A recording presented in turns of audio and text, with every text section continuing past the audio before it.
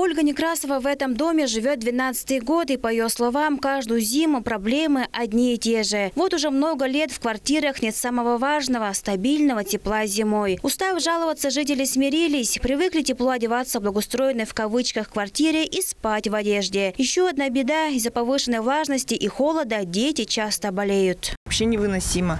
И ребенок постоянно болеет из-за этого, что влажность. В этом году, правда, сделали слив, маленько потеплее в доме было. А до этого мы реально, когда сюда переехали, мы чуть ли не в одежде спали. В доме вообще невыносимо. Как поясняют специалисты, неравномерное распределение тепла связано с тем, что в подвальном помещении установлен один элеваторный узел. Тепло по всему дому распределяется только через одно это устройство, тогда как по технологическим расчетам один элеваторный узел рассчитан только на 2 подъезда. Напомню, что 1,5 миллиарда рублей из федерального бюджета, выделенные благодаря усилиям вреглого ТВ Владислава Ховалыга, распределили по важным отраслям республики, в том числе и на ремонт многоквартирных домов по улице Сайно-Шушенская, что в Улухемском районе. Сейчас в этом доме работы по капитальному ремонту внутридомовых инженерных систем горячего и холодного водоснабжения уже завершены. Также установлен дополнительный элеваторный узел. На данный год был предусмотрен только капитальный ремонт инженерной системы. Это отопление, горячая вода и канализация. Потому что в зимний период, когда канализация протекает и начинается влага, поступает вся в подъезд и сырость начинает в квартиру проникать.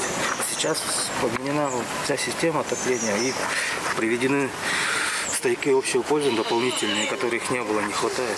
Но проблема с теплом – это только полбеды. И сейчас жильцов этого дома не меньше волнует состояние крыши. После дождя в квартирах лед ручьем, говорят жители. Ремонт после каждой такой протечки собственникам приходится делать на свои средства. Ольга Некрасова надеется, что после капитального ремонта жить станет намного комфортнее. В доме плесень, сырость, запах неприятный.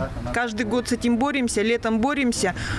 Осенью дождь мочит, зимой это все сырое стоит, весной опять по новой мочит. Потом летом как бы маленько подсыхает, но я уже не знаю, сколько мы уже денег на эти ремонты потратили. Дождь вот шел, я снимала на видео по телефону, и вот с розеток текет.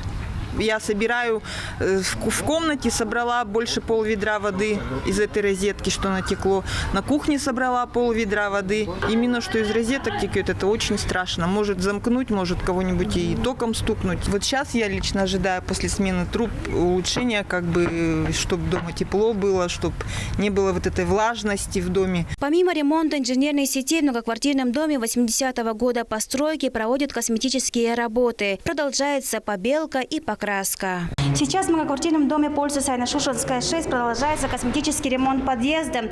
Всего в Шаганаре планируется отремонтировать 156 подъездов в 60 многоквартирных домах. Как сообщил заместитель министра жилищно-коммунального хозяйства Тувы, на выделенные по инициативе Вреглова Тувы федеральные средства в Шагана-Рыге планируется также установить детские площадки и пробурить несколько скважин для воды. В городе Шаганаре уже сделано 2 скважины.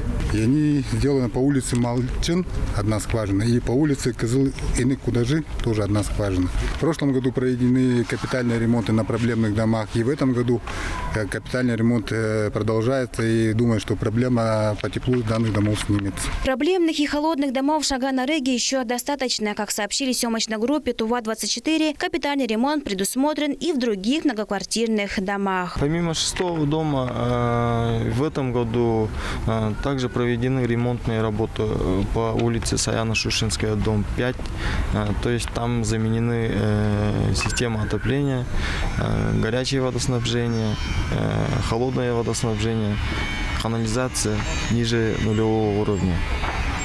Там работы уже завершились. В этом году запланированные дома, вот 5-й дом, 6-й дом, ремонтные работы по 5-му дому уже завершены, а по 6-му дому вот уже завершающий этап. На сегодняшний день Шагана-Рыг готов к встрече зимы на 76%. Плановые работы по подготовке к отопительному сезону продолжаются. А придется ли жителям этой зимой снова мерзнуть и утепляться, покажет только время. Айра Сат, Владимир Сертык, Мирана Иргит, Тува-24.